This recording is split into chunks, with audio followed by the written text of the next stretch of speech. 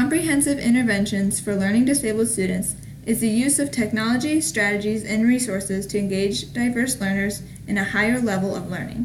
Reaching diverse learners could include the learning disabled, students with differing learning styles, students from a different background, and endless other factors that come with a classroom.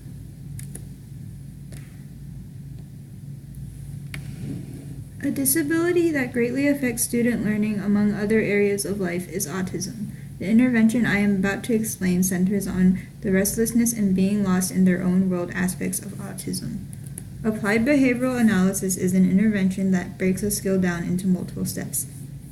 Each time the student achieves a step, they are given positive reinforcement to continue until they have completed the task. As a teacher, this would give greater confidence in a student's skill had it not been broken down. It would also give both the teacher and the student a greater sense of patience and endurance.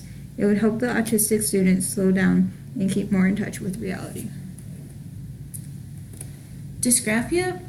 According to the Learning Disabilities Association of America, a person with dysgraphia has problems including illegible handwriting, inconsistent spacing, including not having enough space on the paper, poor spelling, and is unable to write and think at the same time.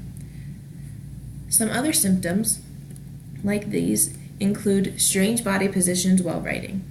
There are some strategies to help teachers.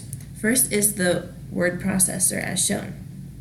A word processor is a program or machine for storing, manipulating, and formatting text entered from a keyboard and providing a printout.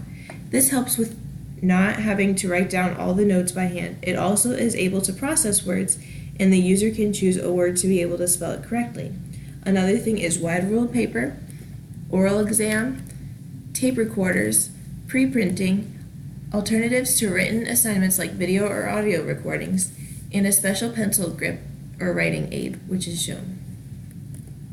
Cerebral palsy is damage in a developing brain that causes physical and mental delays in cerebral palsy patients. So in a classroom, you can approach this by using the nonverbal reading approach. This is a strategy used to help students with developmental delays to improve word identification skills. These identification skills can include prediction, analogizing, decoding, and words by sight. So prediction is using context clues to understand the new words. Analogizing is using words previously known to understand new words in a different context.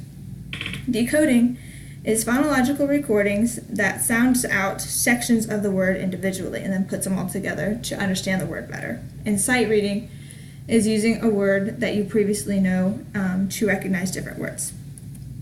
So in a classroom, you can use the NRA strategy to help cerebral palsy patients by not using prediction and analogizing.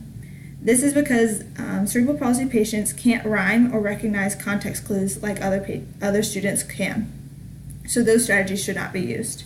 But sight reading is really helpful in cerebral palsy patients because it pairs pictures with words, and this allows the left brain and the right brain to connect and strengthen pathways in cerebral palsy patients, allowing them to better understand the word and remember it for longer. And then decoding uses phonics, and it's the strongest in teaching cerebral palsy patients because it uses sounds to connect previous words and piece new words together. And cerebral palsy patients are really strong at recognizing sounds and connecting words, kind of like putting together a puzzle. These are just some of the comprehensive interventions for learning disabled students.